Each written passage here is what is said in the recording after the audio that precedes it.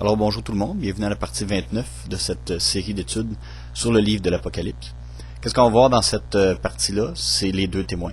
Donc, qui sont-ils ou qu'est-ce qu'ils sont? Si c'est des gens, est-ce que c'est spirituel, c'est symbolique ou c'est des vrais gens? Donc, qu'est-ce qu'on va faire? On va lire le passage et ensuite on va lire une série de versets qui vont mettre en lumière ou qui essaient d'expliquer c'est quoi justement le témoignage ou les témoins. Donc, quand on ne comprend pas un verset, au lieu de juste interpréter, on prend d'autres versets qui vont nous aider à mettre de la lumière sur ceux-là.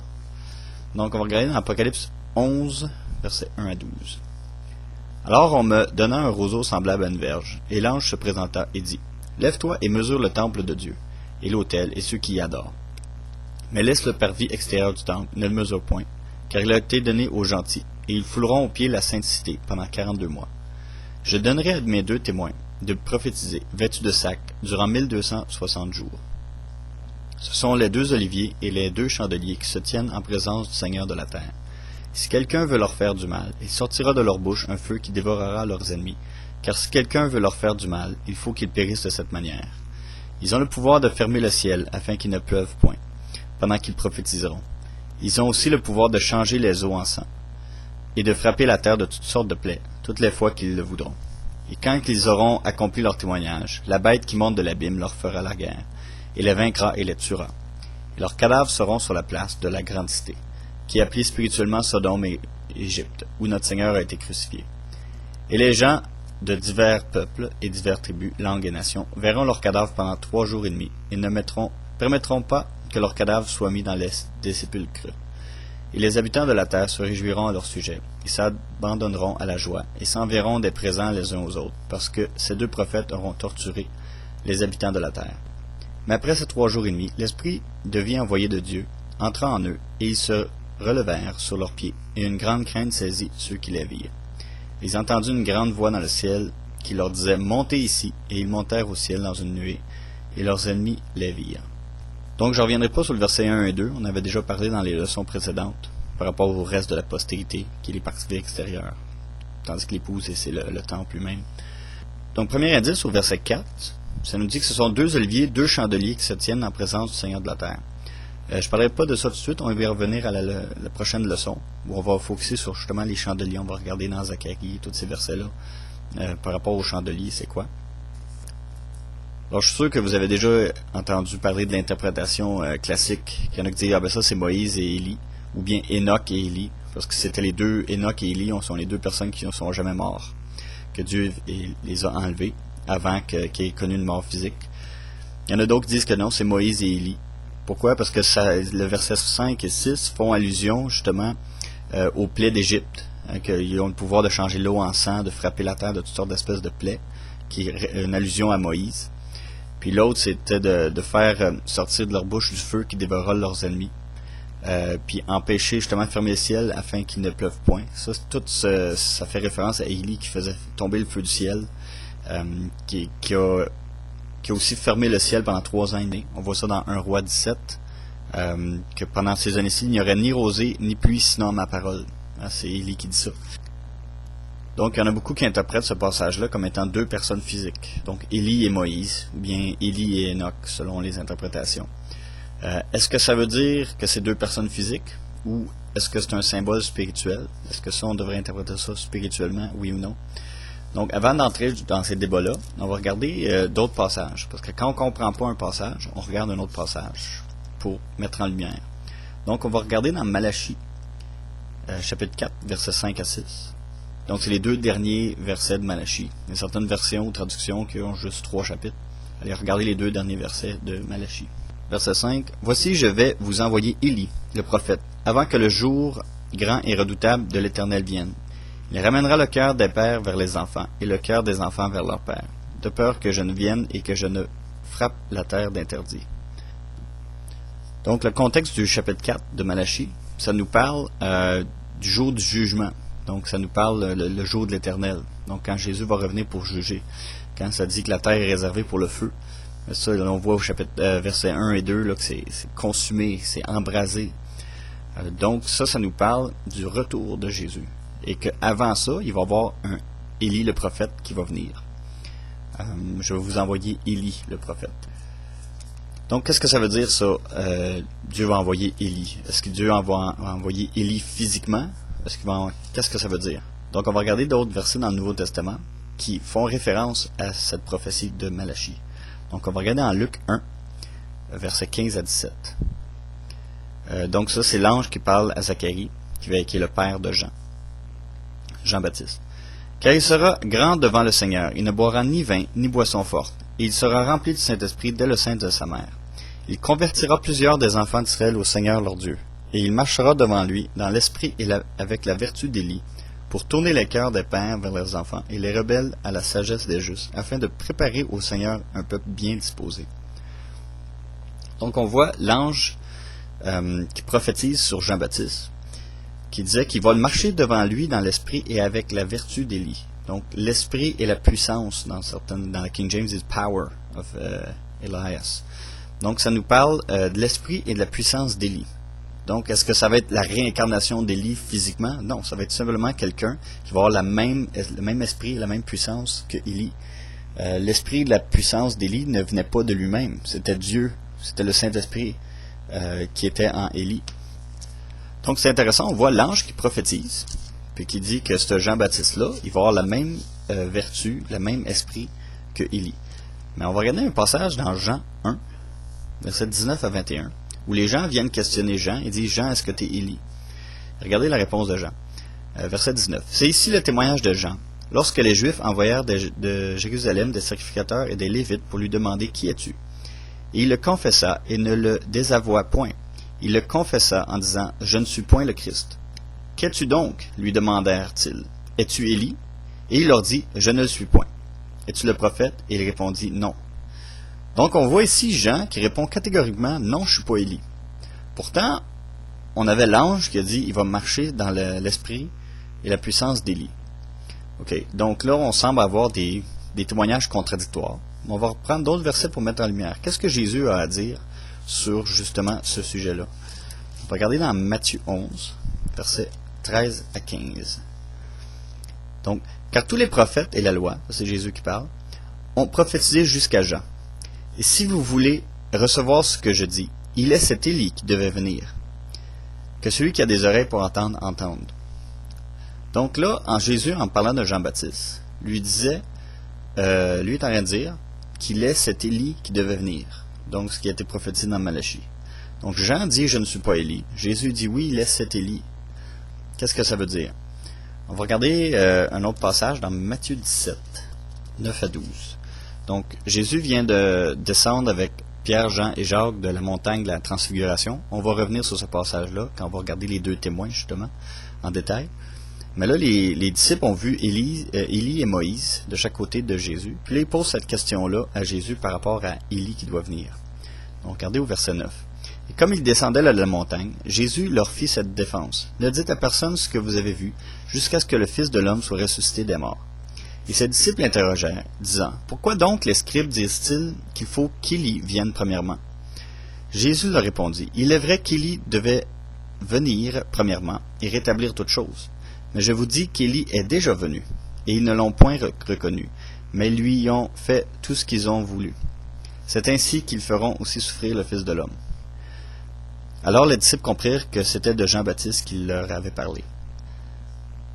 Okay. Donc Jésus semble dire deux choses ici. Au verset 11, on dit « Il est vrai qu'Élie devait venir premièrement et rétablir toutes choses. Mais je vous dis qu'Élie est déjà venu. Okay. Donc, Élie devait venir, mais Élie est déjà venu. Si je vous rappelle ce qu'on a lu dans Malachie, ça disait qu'Élie doit venir pour juste avant le jour redoutable du Seigneur. Donc ça, c'est dans l'Apocalypse, c'est vers la fin, où qu'Élie doit venir pour justement rétablir toutes choses. Est-ce que les choses ont toutes été rétablies? Non. Regardez dans Actes 3, 19 à 21, ça dit « Repentez-vous donc et vous convertissez, afin que vos péchés soient effacés, afin que des temps de rafraîchissement viennent de la part du Seigneur, et qu'il vous envoie celui qui vous a été annoncé auparavant, le Christ Jésus, que le ciel doit recevoir jusqu'au temps du rétablissement de toutes choses, dont Dieu a parlé par la bouche de ses saints prophètes depuis longtemps. » Donc, Jésus est au ciel, que ça doit recevoir jusqu'au temps du rétablissement de toutes choses. Donc là, ça fait allusion un peu à ce que Jésus dit, que Élie devrait venir, jusqu'au rétablissement de toutes choses. Donc les choses sont pas encore toutes rétablies. Pourquoi? Parce qu'on est encore dans un monde pécheur. Donc Jésus dit oui, il devait venir pour rétablir toutes choses. Il dit, mais il est déjà venu aussi. Donc c'est comme s'il vient deux fois. Il vient une fois avant le Messie, puis il revient, il doit venir quand Jésus va revenir une deuxième fois. Donc si on revient dans l'Apocalypse, justement, juste avant le retour de Jésus, il y a deux témoins qui sont là. Donc regardez verset 6 dans Apocalypse chapitre 11. Ils ont le pouvoir de fermer le ciel afin qu'il ne pleuve point, pendant qu'ils prophétiseront. Donc, Élie avait le pouvoir de fermer le ciel. On voit ça dans 1 Roi 17, verset 1, que c'est sur sa parole. Élie avait le pouvoir de faire ça. Donc, le monde font allusion à Élie en voyant ce passage-là, et c'était Élie qui doit venir. Maintenant, est-ce que ça veut dire que c'est Élie qui doit venir? Est-ce que c'est le vrai Élie qui a été enlevé qui va revenir sur la terre, ou est-ce que c'est symbolique?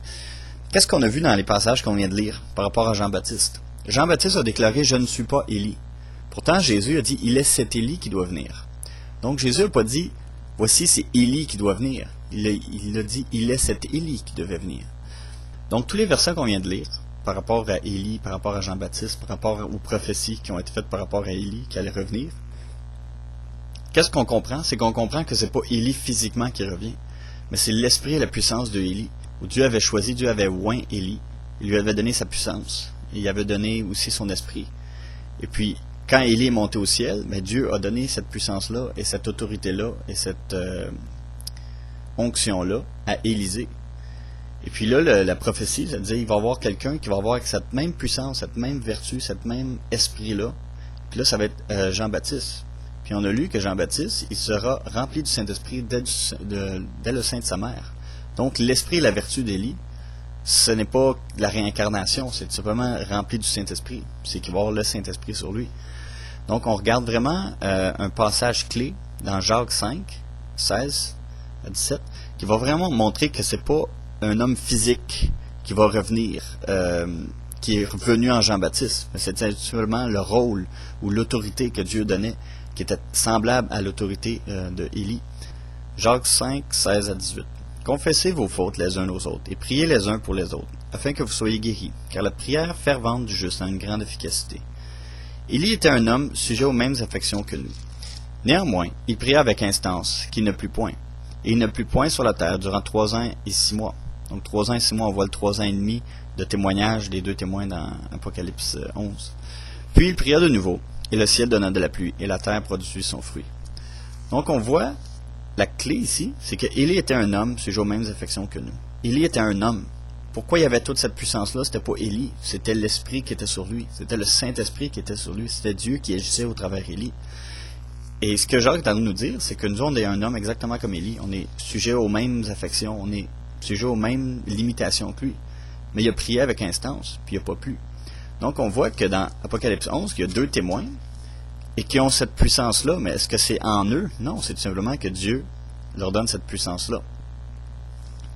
Donc, est-ce que c'est Élie? Non, on a lu dans Malachie qu'il y a un Élie qui allait venir, et l'ange a dit qu'il allait être revêtu, en parlant de Jean-Baptiste, de l'esprit et de la vertu d'Élie. Hein? Et Jean-Baptiste a dit, je ne suis pas Élie. Jésus a dit, il est cet Élie. Donc, cet Élie, il n'a pas dit, il est Élie. Donc, c'est un type, un symbole, de dire, regardez, il est comme Élie, qui va être rempli du Saint-Esprit, qui va avoir l'autorité, qui va avoir l'onction que Dieu lui donne pour ramener les cœurs, justement, des pères vers les enfants vers les pères, amener la réconciliation, amener les gens à la repentance. Un peu comme le témoignage qu'on voit dans Apocalypse 11. Ça va être le même genre de ministère pour amener, justement, les gens à la réconciliation avec Dieu, pour préparer, justement, le chemin du second retour de Jésus. Est-ce que ça va être nécessairement un Élie physique qui va venir? Donc, qu'est-ce que le passage d'Apocalypse 11 nous révèle? Est-ce que c'est une personne qui doit venir? Est-ce que c'est deux personnes physiques? Ou est-ce que c'est deux ministères qui auront la même onction que Moïse, qui est la même onction qu'Élie? On va regarder dans quelques passages pour montrer c'est quoi justement le témoignage. Parce que ces deux témoins-là sont là pour rendre témoignage à la lumière. Donc, on va regarder Romains 3, verset 21. Mais maintenant, la justice de Dieu a été manifestée sans la loi et les prophètes lui rendant témoignage. Donc, qu'est-ce qui rend témoignage ici? La loi et les prophètes. Donc, la loi, c'est souvent symbolisée par Moïse. Et les prophètes lui rendent témoignage. Donc on voit que les deux témoins rendent témoignage à la lumière. On voit ici, qu'est-ce qui rend témoignage? La loi et les prophètes. On va regarder dans Luc 24, verset 27. Donc ça, c'est après la résurrection de Jésus. Il est sur le chemin, puis là, il parle avec des disciples sur le chemin d'Emmaüs. On va commencer au verset 25. Alors il leur dit, ô gens sans intelligence et d'un cœur tardif à croire tout ce que les prophètes ont dit. Ne fallait-il pas que le Christ souffrit ces choses et qu'il entrât dans sa gloire? Puis, commençant par Moïse et par tous les prophètes, il leur expliquait dans toutes les Écritures ce qui le regardait. Donc on voit que Jésus commence à expliquer tout justement ce qu'il devait subir, tout le plan de Dieu, comment par Moïse et par tous les prophètes. Donc, le témoignage de Jésus reposait sur tout ce qui est écrit dans la loi. Jésus, l'accomplissement de toute cette loi-là. Et aussi tout ce que les prophètes ont annoncé. Donc, la loi et les prophètes sont là pour mettre en lumière ou pour rendre témoignage à ce que Jésus. Donc, Jésus n'a pas essayé de les convaincre par autre chose que les Écritures. Il marchait puis il leur montré par les Écritures. Ce qui était un témoignage justement écrit d'avance pour justement prouver qu'est-ce que Jésus avait accompli. Donc, c'est qui la lumière? La lumière, c'est Jésus. On voit ça dans Jean 1. Jean 1, 6 à 8, ça dit « Il y eut un homme appelé Jean, qui fut envoyé de Dieu. Il vint pour être témoin, pour rendre témoignage à la lumière, afin que tous cruent par lui. Il n'était pas la lumière. » Il parle de Jean. Il était envoyé pour rendre témoignage à la lumière. Donc, le témoignage à la lumière. La lumière, c'est Jésus. Donc, regardez dans Luc 16. Donc, on va lire la fin de la parabole, versets 27 à 29. Donc, le mauvais riche veut envoyer quelqu'un avertir ses 5 frères pour qu'ils ne viennent pas dans ce lieu de tourment-là. Il dit, s'il y a quelqu'un qui ressuscite des morts, eh bien là, ils vont croire. Et regardez la réponse que Jésus est en train d'expliquer dans la parabole. Et le riche dit, je te prie donc, Père Abraham, d'envoyer Lazare dans la maison de mon père, car j'ai 5 frères, pour leur attester ces choses, de peur qu'ils ne viennent aussi dans ce lieu de tourment. Abraham lui répondit, ils ont Moïse et les prophètes, qu'ils les écoutent. On va lire versets 30 et 31 aussi. Le riche dit, non, Père Abraham, mais si quelqu'un des morts va vers eux, ils se repentiront. Et Abraham lui dit, s'ils n'écoutent pas Moïse et les prophètes, ils ne seront pas non plus persuadés quand même l'un des morts ressusciterait. Donc on voit ici, c'est quoi que les deux choses qui vont rendre témoignage? Est-ce que c'est quelqu'un qui ressuscite des morts? Est-ce que c'est des miracles? Qu'est-ce qui va rendre témoignage? Ici on voit les Moïse et les prophètes. Ces deux choses-là encore, la loi et les prophètes, Moïse et les prophètes, ça rend témoignage. On va regarder dans Luc 9. Donc on va voir une image, un symbole justement de la loi et des prophètes ici, qui rendent témoignage à la lumière. Donc, verset 28. Environ 8 jours après ce discours, Jésus prit avec lui Pierre, Jean et Jacques, et montant sur une montagne pour prier. Et pendant qu'il priait, son visage parut tout autre, et ses habits devinrent blancs et resplendissaient comme un éclair. Et voici 2 hommes s'entretenaient avec lui. C'étaient Moïse et Élie, qui apparurent avec gloire, et parlaient de sa mort qu'il devait accomplir à Jérusalem. Et Pierre et ceux qui étaient avec lui étaient accablés de sommeil, et quand ils furent réveillés, ils vinrent sa gloire, et les 2 hommes qui étaient avec lui. Comme ces hommes se séparaient de Jésus, Pierre lui dit, « Maître, il est bon que nous demeurions ici. Faisons 3 tentes, une pour toi, une pour Moïse et une pour Élie, car il ne savait pas bien ce qu'il disait. » Il parlait encore lorsqu'une nuée les couvrit, et comme elle les enveloppait, les disciples furent saisis d'une frayeur. Une voix sortit de la nuée qui dit, « C'est ici mon fils bien-aimé, écoutez-le. » Comme la voix se faisait entendre, Jésus se trouva seul, et ses disciples gardèrent le silence, et ne dirent rien alors à personne de ce qu'ils avaient vu. Donc ici, on a un exemple frappant, justement, de la lumière. Jésus était transfiguré, son visage était resplendissant.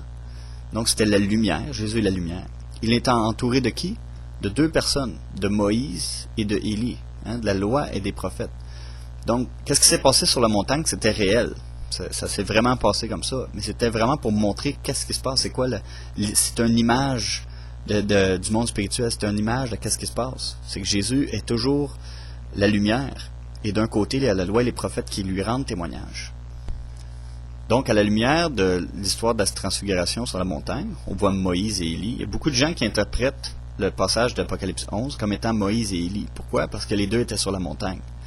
Encore une fois, est-ce que Apocalypse 11, ça nous parle des gens physiques ou ça nous parle d'une réalité spirituelle ou des symboles? Parce qu'on voit au verset 8, ça nous dit qu'ils ont été enterrés dans des villes, dans la grande cité, qui est appelée spirituellement Sodome et Égypte, où notre Seigneur a été crucifié. Est-ce que Jésus a été crucifié en Égypte? Non. Est-ce que Jésus a été crucifié à Sodome? Non. C'est des symboles. C'est quelque chose de spirituel. Donc, est-ce que les 2 personnes sont des personnes physiques ou des symboles ou tout simplement quelque chose qui représente la loi et les prophètes, ou les deux témoins qui rendent témoignage à la lumière. Je vais m'arrêter ici pour l'instant, mais on va revenir dans la leçon prochaine, on va continuer d'expliquer ça, on va regarder en détail c'est qui les chandeliers, c'est qui les oliviers, qu'est-ce qu'on peut comprendre de ces symboles-là pour essayer d'identifier les deux témoins. Donc on va voir ça dans la partie 30.